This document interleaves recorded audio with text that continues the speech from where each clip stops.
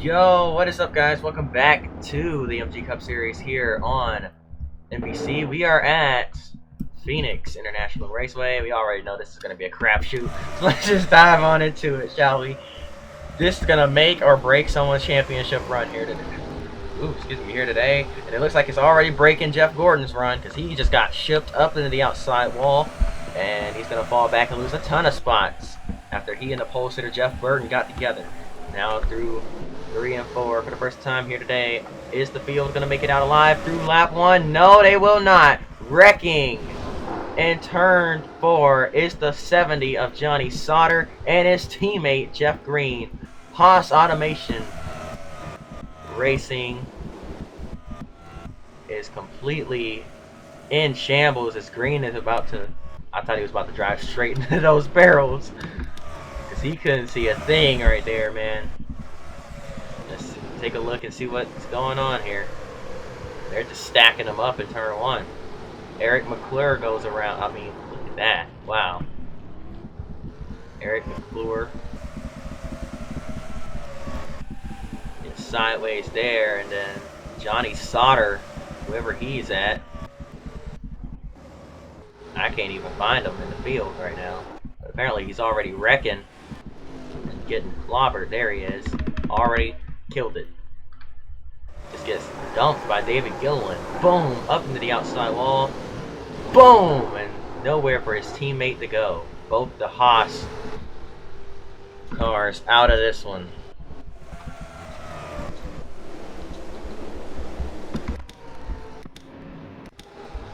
Here we go. Green flag back in the air. We're going to try it again. And they're just stopping in turn 1 for whatever reason. And there they go. They're wrecking. There they go. Kurt Busch into the wall. And we got more contact. And there goes Paul Menard with David Reagan. And the 26 of McMurray. Oh boy. This is going to be one of those races. Oh man, there's some cars destroyed back here. Eric McClure. As well as the 19 of Elliott Sadler, the 7 of Robbie Gordon. We got cars upside down back here. I mean, what is going on? They stacked up entering turn 1. They stacked up again here in the dog. Oh wow, Kurt Busch got up on his side. They come piling in, and the 45 just gets toppled onto his roof. Kurt Busch up on his side as well. And I apologize if y'all hear other voices in the background. It will not last, I promise. Hopefully. But yeah. Chaos from Phoenix. We're gonna try it again.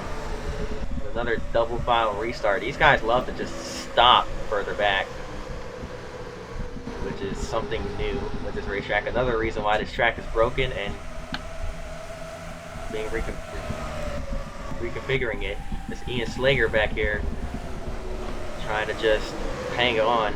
They consider putting Fred Jones back in the car. This is a 1 mile track, you know, relatively small racetrack, but due to the nature of this track being so chaotic, obviously they decided it was best not to put him in the car. And did y'all just see the lunge that Clint Bowyer made right there? I mean, he dove in there from about 5 car lengths back to get underneath David Reagan. A clean car at the back of the field trying to get by damaged cars. He's being very aggressive. He doesn't care. Jeff Gordon trying to keep his championship hopes alive. And I'm looking through the field just trying to see if Tony Stewart's even in the race. Yes, he is. Right there beside Gordon. I'm tripping. But Gordon, he needs to finish ahead of Tony Stewart if he wants any shot at winning a championship 2 weeks from now at Phoenix. And Tony Stewart just got by Gordon there. Stewart, your championship points leader, had a huge lead towards the middle of the season there with about 400 points over the rest of the pack. But Gordon with a late charge in the season, running that 20 car down in the points. And now we got ourselves a close battle here between first and second heading into Homestead. And it could be even closer as we got a caution And who was it this time? Oh, here it is. Here it is. The 25 of Casey Mears. Slow off the corner. Tony Raines checks up and gets spun from behind. And again, I apologize if you're hearing voices in the background. It will not last. I promise. Or actually, depending on how long this video is, it might actually last the entire video, but it will not last for that long, I promise you guys. But I'm recording as many as I can here tonight. We got the green flag back in the air, though. Denny Hamlin's your new race leader, slides right across the nose of Kevin Harvick, gets a bump from behind, and Harvick now crosses underneath, and he's going to look for the race lead. Now heading into 3 and 4, Harvick drives it in deep. Hamlin backs off on entry, trying to get the run on the top on corner exit. They are neck and neck off turn 4. It's going to be Hamlin leading this lap.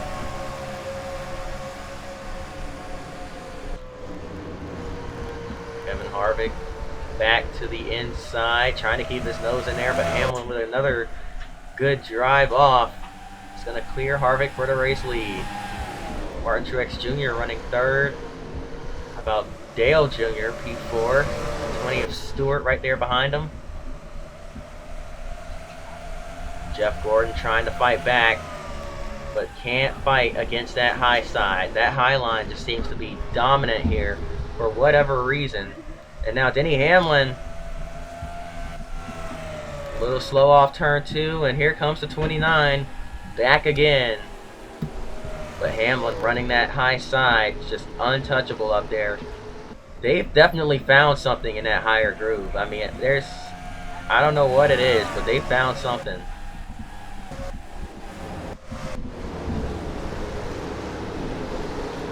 Get a good still shot into turn 1 there. We're going to jump through a little bit until we get that next caution, which actually doesn't seem to be coming out, so we'll stop right here and just assess the situation. Tony Stewart's climbed up to 4th place. They're catching lap traffic here, headed by Jamie McMurray and Ricky Rudd, who are off the pace with damage. Their 99 of Carl Edwards and the 8 of Dale Jr. are going to have to get by that, and they're running way up by the outside wall, trying something completely different, so trying to find speed. 99 of Edwards now catches the 88 of Rudd. Ricky Rudd stays high. His teammate McMurray does as well. What will these Fords do for the 88 of Dale Jr.? Or excuse me, the 8 of Dale Jr. Which reminds me, another announcement. Shocking news. Dale Jr. leaving DEI at the end of the season. Is the team that his mother currently owns. They've fallen out. And Jr. deciding he wanted to go elsewhere. Where is he going to go? None other. Adding another 8 to that 8 car is going to be the 88. As Robert Yates Racing is giving up that 88 car and possibly shutting down at the end of the season, allowing Hendrick Motorsports, Dale Jr.'s new home, to acquire that number 88 machine, which will be the number that Dale Jr. drives next season. So that'll be interesting to look forward to for all of Junior Nation. But out in front, it's all Denny Hamlin still playing defense on the top. We jump ahead a little bit more. We're within 10 laps to go, and actually it looks like we're going to go green to the end, because we've got 3 to go now. Hamlin in another zip code right now.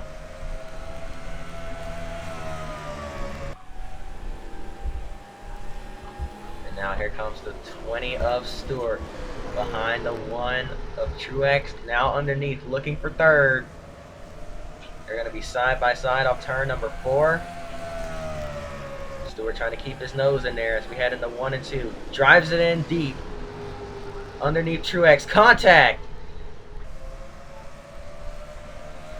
And he just checked up big time there to avoid hitting the outside wall. That's going to allow Truex to get back to his inside. But now Stewart on the top is able to play defense, because that top is so strong in 3 and 4. And as we all know, the reconfiguration next season for this racetrack, 1 and 2 will now be 3 and 4. 3 and 4 will be 1 and 2. The front stretch will be the back stretch, and the back stretch will be the front stretch. So that'll be interesting, and an interesting change to get used to. We've only got a couple months to prepare for that change, so they're gonna go ahead and get to work as soon as this race is over. I mean, as y'all are leaving the grandstands, they're gonna be out there with the shovel as Denny Hamlin wins, by the way. Whoops. Yeah, Denny Hamlin's your winner here from Phoenix. They're gonna be going ahead and bringing out those heavy utility vehicles and getting to work here, reconfiguring this racetrack. So it'll be interesting to see. They're gonna add a little bit more leeway on the apron as well. And again, I apologize if you're hearing voices in the background. They're gonna add a little more cushion, I guess you can say, to the apron. Let's go back here and you'll be able to see what I'm talking about. Right here in the dog leg. As they head through there, you see how it's banked and then there's just flat. They're gonna make it to where the dog leg is banked, and then a little bit under that, slightly less banked, and then flat. So the transition isn't as harsh for drivers exiting pit road or trying to avoid wrecks and whatnot. So yeah, definitely some big changes coming next season, along with a new car. But that's going to do it for this one. I hope y'all enjoyed. If you did, hit that like button, subscribe. We'll see y'all next time. And until then, peace.